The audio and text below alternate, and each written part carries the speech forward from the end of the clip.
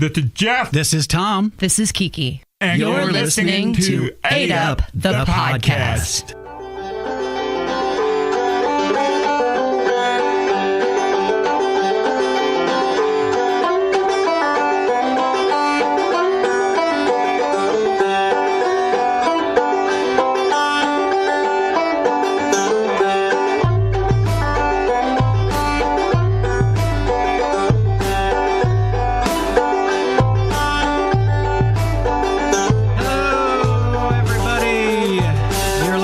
To 8 Up the Podcast, episode 3. Number 3. Who would have thunk it? Kikii even came back. Ow! I'm here for you, Jeff. Here for you. That makes me feel warm and fuzzy inside. I am Tom, and with me is Jeff and Kikii, and we're doing this. We're doing this thing. And in the studio, we got BYBYE. Who are you guys? I'm Sam. I sing, play guitar, and keys. I'm Nick. I play guitar. Nick and Sam from BYBYE. One of my favorite bands in the city, guys. Oh, thank you. Thanks. I've seen you guys, what? 2 10, times. 15, one time? I don't know. 3. It happened. So, you got a new record out? Almost out. Almost out. Almost out. When's the release date? Early February, March. Okay. We don't have the date pinned. I thought you were having a release party on the 13th. That's for a split EP with a band, the Bee Colony from Fort Wayne. Okay. Cool. Okay. So, that's where I'm confused. Sorry. Nope. So we have 2 records coming out. 2 records. Mm-hmm. Goddamn. Are they both vinyl? No, split EP CD with Bee Colony. Yep. So it'll be 2 tracks of ours, 2 tracks of theirs. Okay. And then the full record LP out maybe end of February, beginning of March. Yeah. So. The artwork I've seen is just phenomenal on this shit, man. I mean, you guys are just unbelievable. Yeah, we got really lucky. An artist, Beeple, did our artwork, and he's really, really good. So. It really reminds me of the stuff that Dinosaur Jr.'s been doing on the albums lately. So tell me a little bit about BYBYE. Well, I came in later. Cody brought me in. It was you and Marty and Dave. BYBYE started as kind of a project, a recording project about 4.5 years ago with Martin Green, which unfortunately couldn't be here with us, and Dave Wessel, which has moved to Denver this year. So we started just kind of popping around between our houses and recording all that we could with no clear direction or vision necessarily to write songs. Once we started bringing in people and collaborating, we realized that we wanted to start writing some songs. So. And where did the music come from? I mean, whose vision was it? It's really kind of split. Marty has a huge catalog of material that's unreleased, and we kind of pulled some stuff from things he's done in the past. Dave Wessel is a producer, and he makes a lot of different weird noise music and beats and electronica-based kind of stuff. So with my background kind of being in indie rock, we had this weird clash between us, and it took us a while to figure out how it worked. But working with Marty, he's like a waterfall of creativity and songs, and I mean everything at all times. He's always on, so it makes it really easy to write songs. Mm-hmm. So got one tape out, right? Yeah. Came out. Yeah. And then the EP, or is it a single or EP? It's an EP. Our first album came out in October of 2015. It's been a while. But we had a big release show on Halloween, and we released our first tape, which was 8 tracks, all home recorded. We kind of hunkered down after releasing that and working on new material. We had some lineup changes, finding the right people to work with the band, and then we ended up taking the next album to the studio, with some of the leftover tracks we had, we decided to do a split EP, find another band that we liked, some people that we liked to work with, and release the split to kind of lead into the album. So, who's the new band? Who's that band? The Bee Colony from Fort Wayne. They're an amazing band. They're really good. State Street before, haven't they played a couple different places in town. Yeah. Okay. Yeah, they're really, really good guys. They're young kids and hungry and super talented. So like what you were back in the day. Huh? Yeah. So just so you know, Nick is kind of like a protege of mine, and my good friend Jimmy Peony, he's Jimmy's nephew, and we've pretty much taught Nick everything he needs to know about going to a concert, right? How to keep my stash hidden. How to keep your stash hidden, yeah. Find the right Thai restaurant, whatever city we're at. Yep, it's all about food and where we stay. And the stash. Yeah, and the stash. It's the most important part. Where to hide the stash. So tell me, you guys tell me about how did you start up with music? I mean, what? I started at a young age, 8, 9 years old. I didn't get good until recently, maybe, but I've always had a passion with music. Obviously, my uncle and kind of our family, we were raised around it and constantly had bands in and out of the house and stuff at a young age. So it just kind of made sense to do that. In hindsight, I think it helped keep me out of trouble, keep me focused. So, yeah. And you're like a guitar freak, aren't you? You got how many guitars you got? Oh, I have under 20. I trade. I like to buy and under trade. 20? Just, Under 20. I mean, I like to buy and trade. And how many have you owned in your life? Like 200? 4 to 500. Wow. I can, yeah. Are there any guitars that you got dealing, though. He's always dealing. That I won't sell? Or that you might have sold that you regret? Oh, of course, yeah. That's not really the point of it, though. It for me, I haven't bought and sold guitars as much for money as to find what I like and to find what suits me and helps me find a tone that I'm looking for, and I'm really comfortable knowing what works for me now. So I know you knew a toy at the site that pedal steel, yeah. I really suck at it, but I'm getting better. Now, that sounds cool to me, man. I noticed on the record it's the pedal steel on the record, right? Yeah, we didn't do that. Who did that? Carl Broemel. Carl Broemel. So we got lucky, and he's a big fan of ours, and we're a big fan of his. And how's he a big fan of yours? How did he? Sardina. It kind of all. He was in a band. Carl was in a band, Old Pike, and he has ties to Indianapolis. His father was a musician and a really prolific musician in the city, and Carl ended up faring well in life, and he really enjoyed some of the musicians here in town. I think a lot of those guys kind of know him and grew up with him. So Marty and him have had a relationship, or more of a relationship recently, working with music. So he decided to jump in and help out. And help that, you guys do have a little bit of a My Morning Jacket influence going. We didn't realize that until after he recorded with us, but yeah. Well, you always had it from the beginning. I can see it. Your style is just nothing like it in the city. I mean, you guys are so unique and so removed from the rest of the scene, yet you fit in with the scene too. I mean, you can pretty much play on any bill that's not death metal, basically, and get away with it, I mean, what made you guys want to kind of step outside the box a little bit? I really think that happened when Sam came in the band.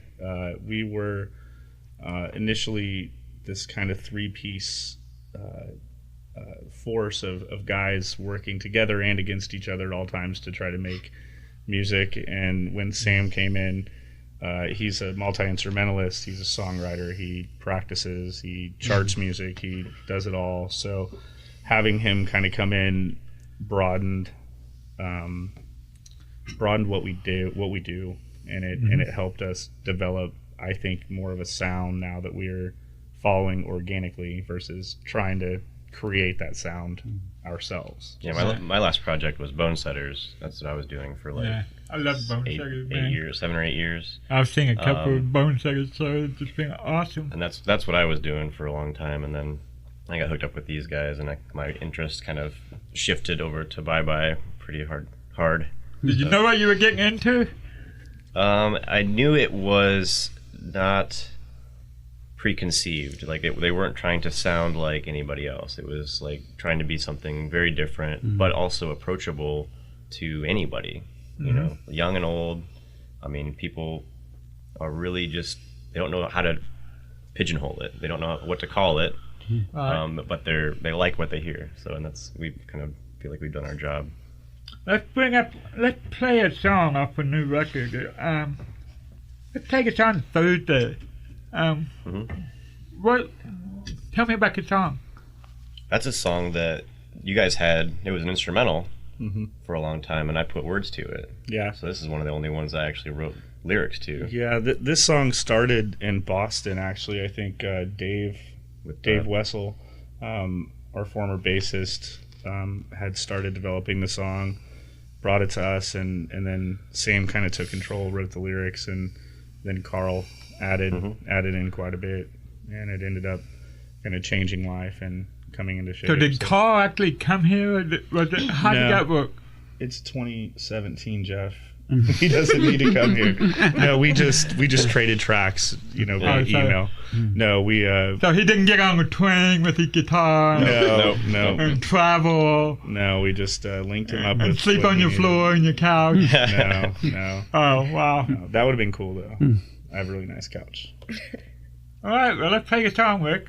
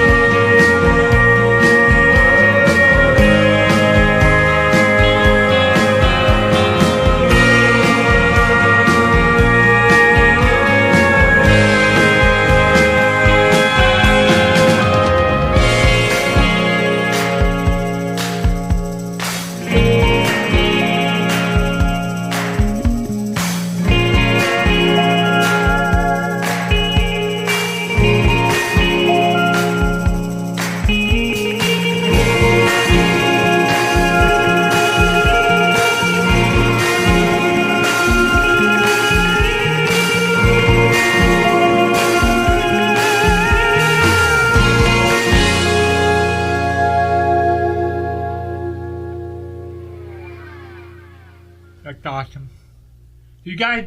How do you guys feel listening to your music?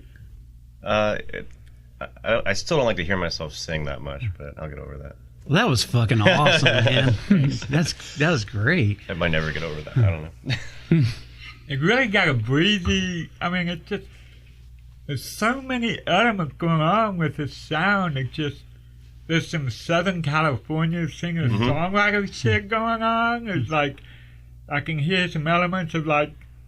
You know, like a place to bury strangers, like the guitar. It's awesome, but it's all over the place, but it's cohesive at the same time. I mean, it's like what Graham Parson would say, cosmic American music. There you go. I like So that. it's not awesome. because I they'd say, that, well, it's country. It's like, no, it's not country. No, it's not. It's not California country. Like we're not. It's good country driving music. Yeah. I would love to just put that in, roll a joint, go for a long drive. Oh yeah. Oh yeah. So live. I mean, is it hard to get this music translate to a live setting? No. I think we were fortunate with this batch of songs, this new album, that they all came from us live. We were playing them live. We were writing them live together. We went to the studio and tracked together to 24-inch tape, 2-inch tape, 24-track 2-inch tape. 24-inch tape. Yeah, big wide 24-inch tape. But you know, we went through kind of a painful process doing that a little bit compared to how we could have done it. And in the end, I think it's a lot easier for us to pull it off and make it sound good live. And you're fortunate to have an awesome space in your backyard that you can just... Yeah. I bought a house and made sure that I had room to get really loud. So, Yeah. Your neighbors ever complain? Nope. All the soundproofing takes care of it. So, Oh, there you right. go. Yep. Right. I love that. So what's the hardest part about being in a band? It's like being in a relationship with multiple people at one time, in a sense. I mean, Like herding cats. yeah, you know, it's kind of getting everyone together. I mean, and keeping everyone on the same path and with a vision that everyone can enjoy. And It's an art project. It's really hard to have multiple personalities because we're all, you know, equally responsible for it. yeah, It's like trying to paint a painting with 5 other people. It's kind of hard, Right. you know, because everybody kind of has their idea of what they want to do, but it's also you have to take into account everybody else's ego and their ideas. So you're left with something that's better than what you could have done on your own, but much different. yeah, So it's like appreciating that difference and appreciating how it's better than, you know, it's one person sitting at home and recording all the tracks and then finding 4 musicians to play them. yeah. And I mean, That nobody wants to do that. yeah. And our lead guy, obviously he's not here today. He's when we write songs, a lot of times he comes in near the end or middle, or it could be the beginning. There's no set method, so we've all learned. I think we've practiced a lot. We've learned in that time that we're all constantly writing together. It's very rarely does someone walk in the room and play a whole song. And just for those playing along at home, the lead guy is... Pardon? Martin Green. Marty Green. Okay. Yeah. Right. So this album, how did this album evolve? Did you start off with a couple of songs, or had it been? What? Evolve. I mean, some of the songs are mine that kind of I started, and some are the ones that Marty started, and you've got some that you started. Yep.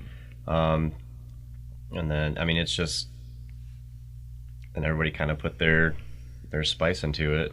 Yeah, I think at a certain point we decided just to take, once we had enough songs that we felt were solid to merit a record, we booked the studio. So it was just kind of, we tried not to think about it too much. Now, did Carl pick the songs that he wanted to play on, or did you have in your mind the songs that you wanted him to play on? Both. I mean, there was a couple immediately that he wanted to play on, which we wanted him to play on, and then we had requested him play on another song, and he ended up equally wanting to play on that song.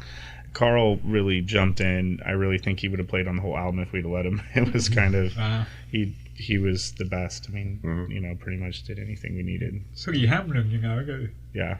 Like been around the world with his own successful band, and all of a sudden, great, good stuff. Yeah, he's a very normal guy. I mean, I've seen the best My Morning Jacket show with you, and I've seen the worst My Morning Jacket show with you. The one at Cruise Hall, where it's like eating a bunch of volume. It was just sucky, man. But then we saw him at the Vogue, remember? And it was like a gospel revival, man. It was that was when Z came out. That was a killer album. Yeah, it's incredible. Yeah. Yeah. What's the best gig you've ever played? We've had a lot of really good ones the last year. I would say we like playing out of town a little more than in town. We love it here, but obviously the crowds vary. I think we played some kind of festival style shows this last year that we really enjoyed. I mean, the last few shows we did were really good. We did the Vogue earlier this year, which was really cool to play there because I never played there before. And we just did the new Hi-Fi after they'd changed it up with America Owns the Moon. That was a really good show. And then we just played there for Cyrus Youngman's CD or album release. Yeah, that was White Rabbit. And that was a great, that's awesome. Great reception. A lot of people came up and talked to us afterwards and really liked what we were doing. So. What's your favorite venues in the city? Ooh, there's a lot. That's a hard one. That is a tough one. White Rabbit. State Street. I think Nick's contractually obligated to say State Street. I'm a little partial to State Street myself. Home of the best goddamn cheeseburger in the city. Yeah, I mean, there's something to be said about roughing it a little bit when you go to a bar, and it's not there to necessarily please you in every way. That is true, but also, my band's played at State Street, and it, as dive bar as it may seem when you walk in, when you're on that stage, I mean, the sound guys there are phenomenal. The equipment's great. I mean, my band's loud, and for me to be able to hear myself on stage with precision was just phenomenal. Like, that just doesn't happen at a lot of places. Joe Fawcett. Joe Fawcett is definitely the shit. Yeah, and I think Jimmy he's constantly he's the absentee owner that's never there, but he's constantly thinking and putting back into the place. So their sound has evolved. You will see him do new things at all times. So he's probably one of the smartest bar owners I've ever. Yeah, we're actually. Probably shouldn't even say this, but he's looking to buy a restaurant, I think. So yeah, I heard about that. Yeah. That little place across from La Parada, right? Yeah. So 2 gay bars. Right. Used to be gay bars, right? Buying them all up. Cleaning them out. Well, so this next song I'm going to hear, let's talk about Happily. That's also a car song, right? This is a really long, really old song. This song was wrote by Marty traveling across the country, I want to say somewhere in California in the 90s or somewhere around then. Volkswagen. Before you were born, right? Yeah. No, I was probably like 10. Yeah, we were 12. Okay. We were younger. He traveled the country and he recorded like 40 songs on a 4-track, and we're fortunate enough to have access to those, and this was one of those songs that we kind of mutually, everyone loved it and wanted to play it. So wait, he recorded these songs on a 4-track as he was traveling 20 years ago. Wow. So this is a new old song. Yeah. Cool. Make it weird.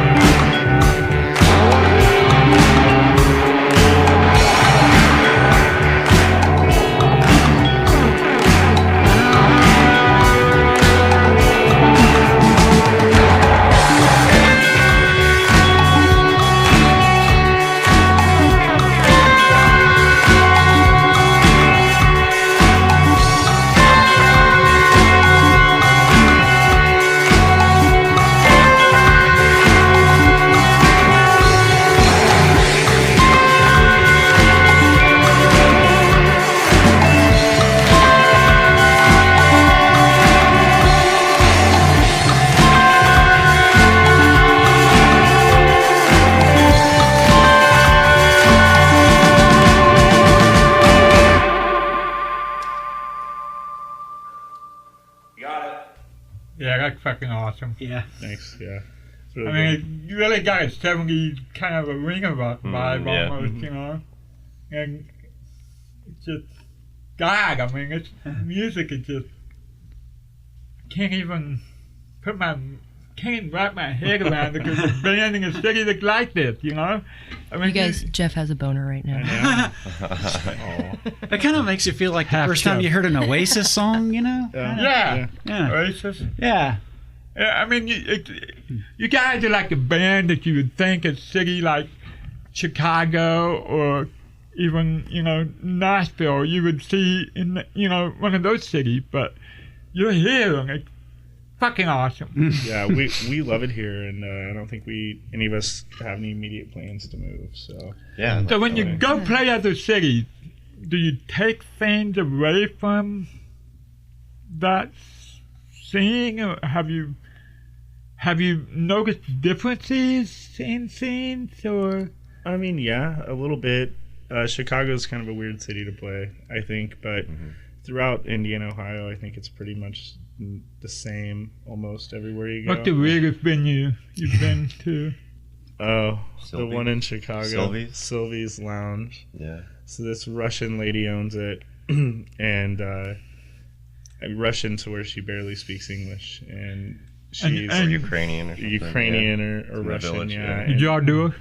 Pardon? Did y'all do it? No, she's she's like- she's like her grandmother by She's the a pretty old lady. like. Really? Oh yeah, she was she was a sweetheart. She like would sit on her computer and show us photos at like the bar before the bar opened. I can't remember what she was showing us or what, but she was the type of person. It's like, you're not going to make any money. We're not going to pay you anything. And then like the end of the Like night, right off the bat. yeah, it's like, you know, it's you're like, you owe me money right now. And then it's like at the end of the night, she handed us money, and it was really cool of her. So Oh, that's awesome. we enjoy it there. We have not been back, but we enjoyed it there. It was. I mean, very you know, strange. she's honest. I mean, Yeah. it's better than, you know, some of the scumbags you come across. And, It's like in the Blues Brothers. You guys owe a lot of money for all that beer you drink. Right.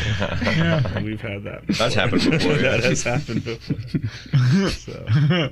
Yeah. So, you guys drink a lot when you play? I mean, Not anymore. No, I think we actually don't drink. come on, Nick. We don't drink when we practice or write very often, and I think when we do, it's usually maybe one of us, and usually that would be me of the bunch if it were anyone to do it at that point in time. But Well, Marty doesn't drink at all. Marty doesn't drink at so all. I think it's kind Cody just recently started drinking in life, I think. barely. So maybe he drinks wine But a it's little like- bit. I don't know. We, I think the band kind of started with Marty was an alcoholic, and he hasn't drank in a lot of years. So we capitalized on that, and we all decided to drink coffee, drink water, everything else, whatever. Practice is much more productive. And we found when out people that are not drunk off their ass. we the whole found out time. we can Yeah. actually play songs and write songs after we quit drinking. So Ah. you know, I've been Revelation. been in a few other bands in town, and it's definitely a wild ride if you're drinking all the time now. Or you go back and listen to the recording of Oh, practice, yeah. and that song you So thought was good. so good, and you listen to it, and it's like, oh god. You played in the right store for a brief moment. Oh, didn't you brought it up. Yep, I did. I was You had to drink just to get through that shit, right? not just drank, but yeah, that was a fun time. I was younger, and you know, Chris paid well back then, so I don't know if he pays well now, but it was definitely worth the experience playing with them, just getting on stages. In hindsight, I wish I wouldn't have done it because you just mentioned it, but it's all right. No. Hey, I It was a gotta job, live with it was this a shit They- too, man. Chris has a history with my family. I think Jimmy and everyone kind of knows Chris. You guys, obviously Jeff, you know Chris, you're good friends with him, so it made sense. He, I think, lost a guitar player on a Sunday and had a ton of shows booked, and just called me, and I got busy, so it was fun. It was a good time. You probably kind of knew the music anyway. I had heard it, but I didn't know how to play any of it until after I started learning it, which was very tedious. So it's Mike, the guitarist, the original guitarist. Is his name Mike? I think. Yeah, Mike Smith. He's one of the best guitarists. Yeah, I mean, amazing. he's a very hard guitar player to play like, so it's really good. So, who are your influences? Both you guys, Sam, who influenced you growing up to be a musician? Growing up, I mean, I was into, Beatles, Stones kind of stuff, 60s stuff, Donovan. But more recently, when I was in college, Brooklyn social scene, that kind of just wave of new kind of sounding music, and then more recently the whole kind of chill wave computer kind of music stuff. So that's kind of, we kind of joke about BYBYE being a chill wave band, like right. It's like it's like, because nobody wants to watch a guy play a laptop. Right. And that's kind of what I did before I was doing this. Like, my own music was all laptop based and electronic based. And it's like, it was fun, but the performance, it's just there's no performance there. What kind of, name some bands that are in that genre? Like LCD Sound System. Like Washed Out, like or like Saint Pepsi. There's kind of goofy stuff. Pool House, is that? What is it? Pool House? Pool House? I mean, there's so many different. No, I've never heard of that band. I think they're doing a cover of the Neil Young Harvest Moon. It's really cool. Okay. Kind of sounds like what you describe them. But what about you, Nick? I mean, I grew up on like Dinosaur Jr. and the Flaming Lips and Yeah, the Lips. All that stuff, that indie rock 90s, Pavement. Shit, Jimmy Built to crammed Spill. down your throat. I mean, we had this routine where I'd come visit him on the weekends, and he didn't trust me with any of his possessions because I was really horrible about He keeping. didn't trust anybody with any of his possessions. Right, so he, at the time, now he has a room full of records, but back then he had the room full of CDs, and it was all CDs. Yeah. So every weekend I could pick 10 CDs and take them home and just like sponge them up and then trade them out. So Archer's a Loaf, Red Meat, those bands, kind of Superchunk. I mean, I never left that kind of music. I definitely enjoy newer bands, Tame Impala and some of the Death Bells from Australia and some of the post-punk bands. I really enjoy that stuff as well. Even though we don't play anything like that, that's kind of what I've been into a lot lately. So Well, good. I mean, yeah, good to have different influences. I mean, I know your guitar playing is, you just all over the place. You can do anything. Thanks. You're very I can't shred. I can't shred. But I mean, You can't do it. yeah, purposefully though. I think I didn't want to waste time learning how to do that. I don't think I would apply that very often in real life. So. Well, you can do a pretty good J Masters. Yeah. Sure. Yeah. I mean, that's saying something. Yeah. I mean, that's hands down my favorite guitar player. Absolutely. Yeah, he's in my top 3. So And he loves his guitars too. yeah, he's a jazz master man. We had a great day in New York City. We went to see the Zero Boys at CBGB. And Dinosaur Jr. on the same day. Oh, And we man. just happened to discover that Dinosaur Jr. was playing that day, right? I think I saw the Black Lips that night too at like 1 in the morning in Brooklyn Yeah, you or guys something. did, yeah. We ended up seeing Zero Boys, Dinosaur Jr. and the Black Lips in one day, 3 different Nice. venues. So. That's a good fucking day. yeah, it was a really good day, and it was on my birthday. Yeah, it was on your birthday. It was on my birthday. And we had the best goddamn pizza. In New York City, it was Yeah. like $8 for 2 big. Remember it was huge? For a whole Yeah, it was pizza. gigantic. Yeah, that was a good day. Jimmy peed his pants. I get to say Jimmy that. peed on himself. So. Yeah, and we stayed at that hotel that smelled like somebody died in there. Like And a they had dead just corpse. Porn on every channel. Yeah. Yeah, that was interesting. Yeah. New York City. Sounds about right. Yeah. And Zero Boys was. That was the best show I've ever seen in my life. Those guys, Paul And remember Maher that and time Bess. They bring it. Oh my Mark God. II lineup had played, before. Right. Yeah. Yeah, before David Lawson and those guys took over. That was a monumental show for me. so great. And I think it was one of the last shows at the original CBGBs It was. too, before Yeah. they turned it into a men's clothing store. Yeah. seriously. And you still look true up story. and see Debbie Harry paintings on the ceiling. Oh. Yeah. I don't know if I have the heart to walk in there. Like, I remember getting there and Paul Mahern was like meditating in the green Meditating room. on Jimmy's And he all pulls up in his comfortable. minivan because he won't fly on airplanes and stuff. And it was very interesting. And then I never really seen the Zero Boys. I think up until then I was too young to get into any of their shows, or they weren't playing shows. Right. Yeah. And they kind of changed me a little bit after that show. You know, getting into their music a lot more after that show and Indiana music in general. And how could you not be changed seeing Beth Wissenberg Oh yeah. rip out those fucking Amphetamine iconic- addiction. Yeah. With his Hamer guitar. The guitar guy. has I a took a great shit in guitar stick. CBGBs. I had to do it to get to my last chance to do it. In the I toilet. took though, a right? shit in that nasty ass toilet. I dropped the deuce. I remember And it's like a peeing on throne something in that that bathroom. It's like a huge bathroom and a toilet. It's like up on a pedestal. So you literally poke like a Yeah. gargoyle in the middle of the bathroom. And it's just nasty, filthy needles on the floor. Like, I'm envisioning all of like this. it's Right? never been cleaned ever. and it's the smallest place you've ever been in your life. I Yeah. mean, it's as big as this room. The whole place feels So you're like very a small. gargoyle in a room, poached on the toilet, taking a shit. It's awesome. And you can feel the punk rock energy just channel through you and just like right through your shit. Yeah. Crabs crawling up your legs. Right into the bowels of Yeah. New York City. I mean, I went in wearing a denim jacket and I came out wearing a leather jacket. yeah. You know, it was awesome. And then Melody had the big blisters on her boot, and she couldn't even walk back to the hotel room. We couldn't get a cab, but it just Yeah, that was wild. Jimmy wouldn't get back on the train because he pissed his big pants. So pissy pants, yeah. we spent like $200. Like he would be the only person on the train with piss pants. Right, and so instead of that, we spent like $200 on a cab or something. It was ridiculous. It was a lot Just for of money. context, Jimmy was so drunk he thought he pulled his dick out to piss, but he was still inside his pants. Beautiful. Yeah, Beautiful. that was good stuff. We've all been there before. Yeah, We've all been there before. Speak for yourselves. Line if you haven't. So the last song I'm gonna play by you guys is called "Come On."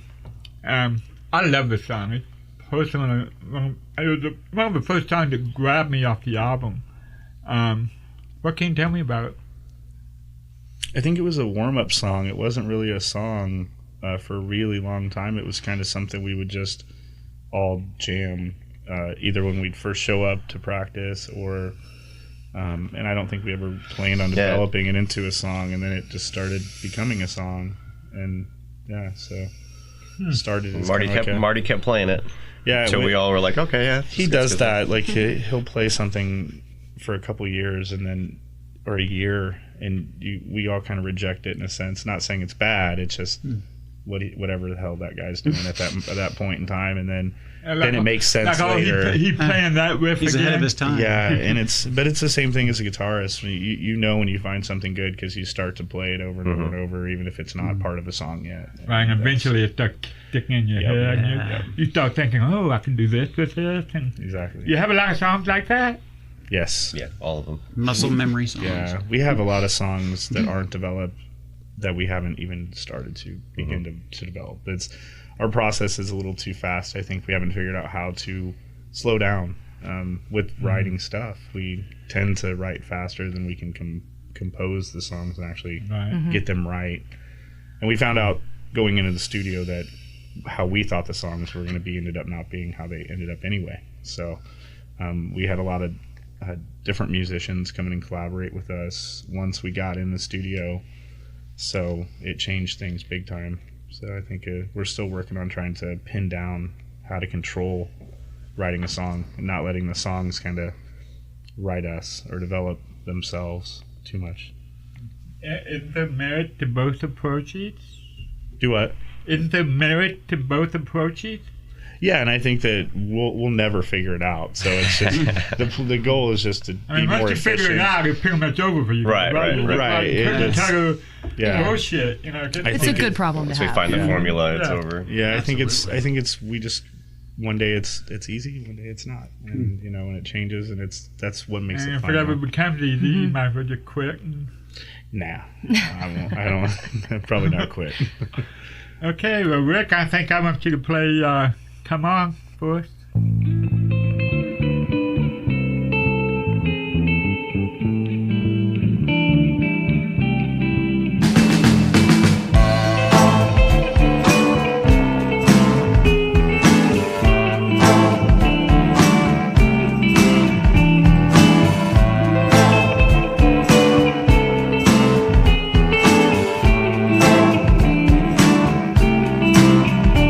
All these friends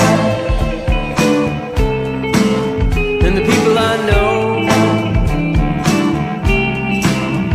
are full of trouble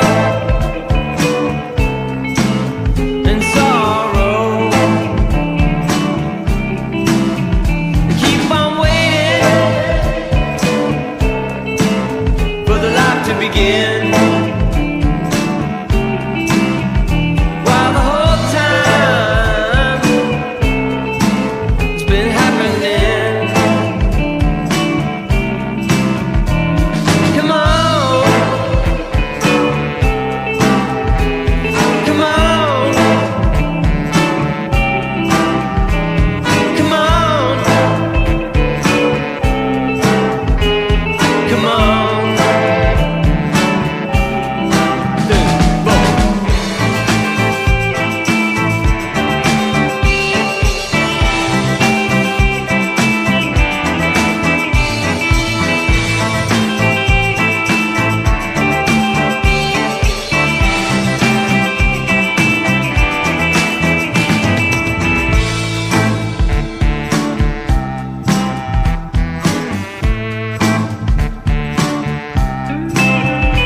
All these friends and the people I knew are full of trouble,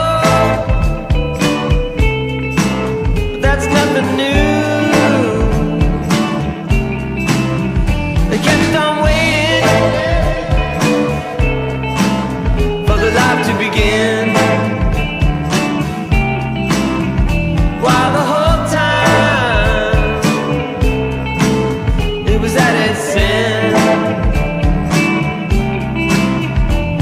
Come on, come on, come on, oh, come on.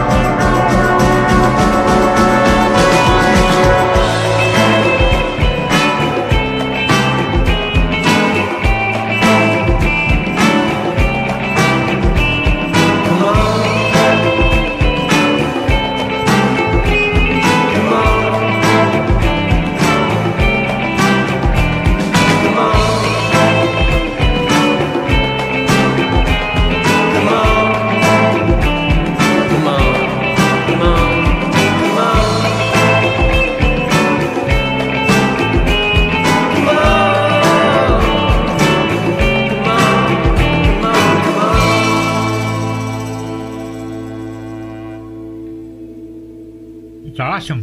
Very sexy. Yeah. I mean, I understand you put out 3 songs that you suggested that we play, but it wasn't one of, and this song was the first song that just grabbed me by the throat. I mean, it's, Yeah.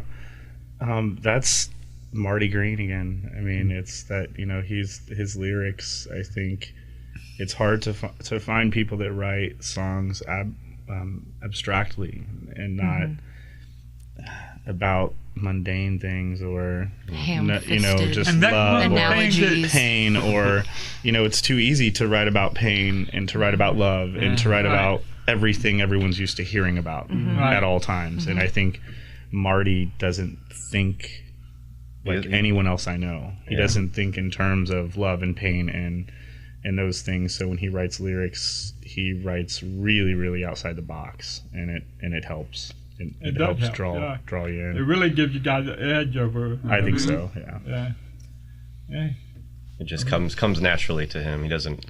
Yeah, I wish I It just could. oozes out of him. He doesn't like sit down and try that hard. Yeah, it's definitely not. And you can tell. And I think it's great that you guys. It seems like you guys admire and support each other as far as It doesn't seem like this band has a lot of ego going. We lost it. I mean, we have at times we have had. Shows, So it was like you totally like for the first 4 shows I think I've seen of you guys, you wouldn't even turn around and face the audience. Oh, my anxiety levels! Like my God, man! I was like, Nick, turn around. We want to see you, man. It's we weird. Want to see your flat ass on the fucking stage. It's hard, yeah. My ass has gotten nicer too. It's not as flat. Yeah, it has thrown out quite a bit. I'll give you that. I'm thrown out, but thrown out. no, I'm a lot more comfortable. I think the guys are. We all are. It took me years to be like comfortable on stage and not. You have to still trust not each there. other. So I would just drink a bunch before. Yeah. That's how I would get over it before, and then I'd be, make an ass of myself. Yeah, I'm kind of a nervous wreck sometimes because I feel like it's very easy to stand out in the wrong way if something goes wrong, especially playing guitar. Like maybe that's the same case with every other instrument. But I was gonna say I feel the same way about vocals. When you're just standing there without an instrument. I would I cannot sing. I'm not a good singer, so I would be completely... Thank you for your service. Yeah. But no, the album really turned out well. We had postal recording. We did everything out there with those guys, with Alex and Tyler. Cool. And they're amazing, and the studio is amazing, so that really helped. And then we went to Louisville to have everything mixed with Kevin Ratterman at La La Land, which is another amazing studio. So So Postal Studios and La La Land over $50 each. We're racking them up today. We are, man. Yeah. Cool. Well, thank you guys for coming in. Yeah. Thanks for having us. And good luck with the release party, and good luck when your album comes out. Yeah, we'll keep Thank you you posted. much. Yeah, keep it How do we posted. find you guys? You on the internet? www.BYBYMusic.com or Bandcamp, Facebook, Spotify, iTunes, everywhere, just wherever. Outstanding. Yeah. All right. Well, keep on doing what you guys are doing, man. Thank you. Yeah, thanks. Thanks for coming in, guys. This is Jeff, This is Tom. This is Kiki. and You're listening to 8 Up, the podcast.